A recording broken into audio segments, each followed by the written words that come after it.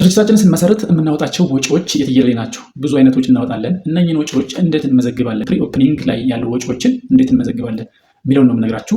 ይህን ቪዲዮ እስከ መጨረሻው ድረስ ተከታተሉ። ፓርት ዋን እና ፓርት ቱ አድርጌ የምነግራችሁ። ፓርት ዋን ላይ የምነግራችሁ ፕሪ ኦፕኒንግ ያሉትን ወጪዎች፣ አሁን ያልኳቸውን ወጪዎች እንዴት እንደምንይዝ እነግራችኋለሁ። ፓርት ቱ ላይ ደግሞ ቢዝነሱ ስራ ከጀመረ በኋላ እነኝህን ያዝናቸውን ወጪዎች እንዴት ወደ ኤክስፔንስ እንቀይራቸዋለን የሚለው እነግራችኋለሁ። ስለዚህ እናንተ ላይክ እና ፎሎ ሼር ማድረግ ብቻ ነው የሚጠበቅባችሁ ማለት ነው። ስለዚህ የመጀመሪያ ወጪዎቻችን ሊሆኑ የሚችሉት ምንድን ናቸው? አንደኛ የቋሚ ንብረት ወጪ ይኖርብናል ማለት ነው። ስለዚህ ማንኛውም ድርጅት እንግዲህ ስራ ሲጀምር ቋሚ ንብረቶች ያስፈልጉታል። መኪና ሊሆን ይችላል፣ ማሽን ሊሆን ይችላል፣ የቢሮ እቃዎች ሊሆን ይችላሉ እና የተለያዩ ፊክስድ አሴቶች ያስፈልጉናል። የእነሱ ወጪ አለብን ማለት ነው። ስለዚህ እሱን እንዴት ትሪት እናደርጋለን? ካፒታላይዝ አድርገን እንይዛለን ማለት ነው። ካፒታላይዝ አድርገን እንይዛለን ማለት ምን ማለት ነው? ቀጥታ ኤክስፔንስ አይደለም የሚሆነው፣ እንደ አሴት እንመዘግባለን ማለት ነው። ኤክስፔንዲቸር ወጪዎች ናቸው። ካፒታላይዝ አድርገን ነው ማለት እንደ ንብረት እንመዘግበዋለን ማለት ነው። አሴት ወይም ደግሞ ፊክስድ አሴት አድርገን እንመዘግባለን። ስለዚህ ጆርናል ኢንትሪው ምንድነው የሚሆነው? ዴቢት ላይ የምናስቀምጣለን ፊክስድ አሴት ብለን እንመዘግባለን። ምክንያቱም ንብረት ስለገዛን ወይም አሴት ስለጨመርን ማለት ነው። አሴት ጨምር ዴቢት ስለሆነ ማለት ነው። ዴቢት ላይ ፊክስድ አሴት እንመዘግባለን። ክሬዲት ላይ ደግሞ የከፈልነውን ካሽ እንመዘግባለን፣ ወይም ባንካችንን ክሬዲት ላይ እንመዘግባለን ማለት ነው። ይሄ የመጀመሪያውና ዋነኛው ወጪያችን ነው። በሁለተኛ ደረጃ ላይ ስታርታፕ ኮስት ወይም ደግሞ ወጪዎች አሉ። ለምሳሌ የንግድ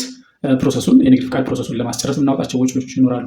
ለአማካሪ የምንከፍለው ይኖራል። ወይም ለማስጠናት ቦታውን ለማስጠናት ሊሆን ይችላል። የከፈልናቸው ወጪዎች ይኖራሉ። ስለዚህ እነኚህ መመዝገብ አለብን ማለት ነው ለይተን። እነኚህ ወጪዎች ምን ተብለው ይጠራሉ? ኢንታንጂብል አሴት አድርገን እንይዛቸዋለን ማለት ነው። ኢንታንጂብል አሴት አድርገን እንይዛቸዋለን ወይም ደግሞ ኦርጋናይዜሽናል ኮስት የሚባሉት ማለት ነው። ኢንታንጂብል አሴት አድርገን እንመዘግባቸዋለን። በኋላ ላይ ድርጅቱ ስራ ከጀመረ በኋላ ወደ ኤክስፔንስ ስለምንቀይራቸው እንዴት እንደምንቀይራቸው ያው ፓርት ቱ ላይ እነግራችኋለሁ ማለት ነው። ሪከርዲንጉ ምን ይመስላል የሚለውን ስናይ ዴቢት ላይ ኢንታንጂብል አሴት እናስገባለን። ክሬዲት ላይ ደግሞ ካሽ ወይም ደግሞ ባንክ ስለከፈልን በባንክ እሱን እናደርጋለን ማለት ነው። በሶስተኛ ደረጃ ላይ ምን እናገኛለን? የቅድመ ክፍያ ወጪዎች ይኖራሉ ማለት ነው። ቅድመ ክፍያ ማለት አገልግሎቱን ገና ወደፊት ነው የምናገኘው፣ ግን ቀድመን የምንከፍለው ይኖራል ማለት ነው።